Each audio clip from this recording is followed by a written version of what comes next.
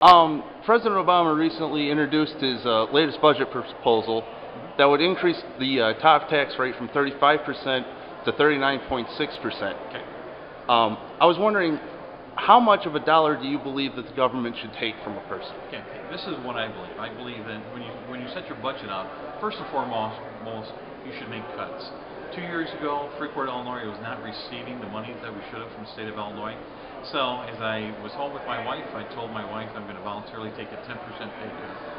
And she said, George, we have 4 children, 2 in college. I said, I know. I said, we'll get by, but we're going to ask everybody to take a pay cut. Not to that length, that amount, but everybody needs to participate. We need to cut our budget. We don't want to tax people more. So I took a 10% pay cut. Our senior staff took 6%, our support staff took furlough days, and our policemen and firemen, they froze their pay.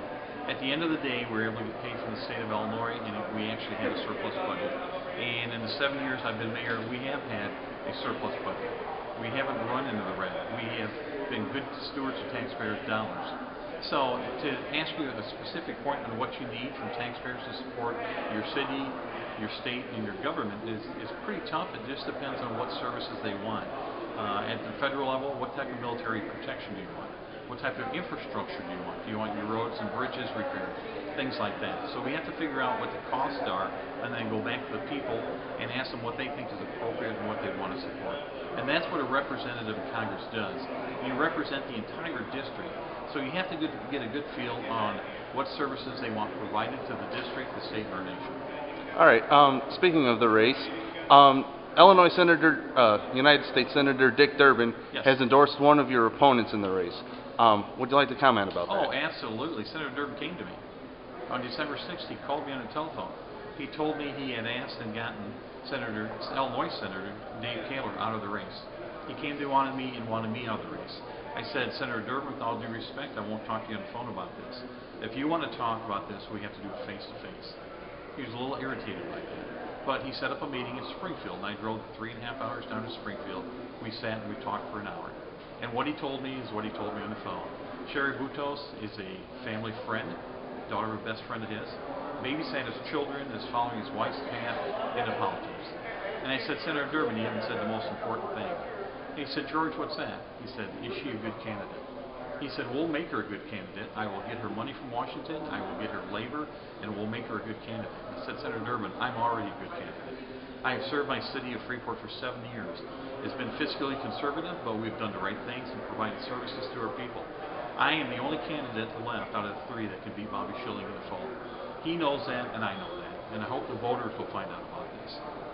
All right. Why do you believe that you should replace Congressman Schilling in the House of Representatives? I believe over the period of time I've shown proper things, fiscal responsibility, providing services that we need in our city, trying to start jobs, retention and expansion of our jobs.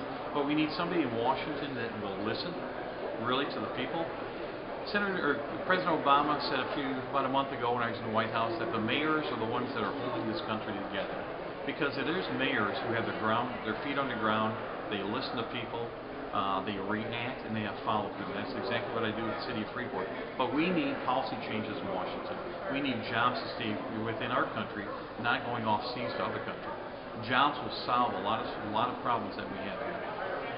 I'm a solution finder, but I also am a listener, and I listen to my constituents because in Freeport, with 26,000 people, coming up with ideas is much better than one person. You have to have a leader, but you have to have somebody who will sit and listen to the people, and I will do that in the 17th District. All right. Last question. What are your thoughts on this controversy over President Obama and contraceptives?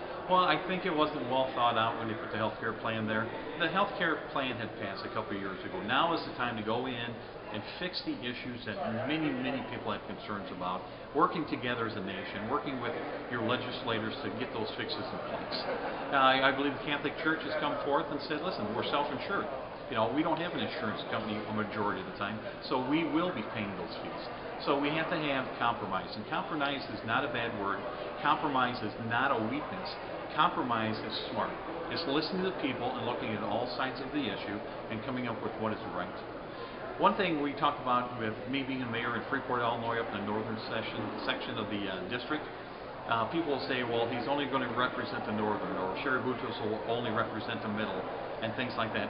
It's not true. I've been a salesman for 20-some years prior to my 7 years as mayor.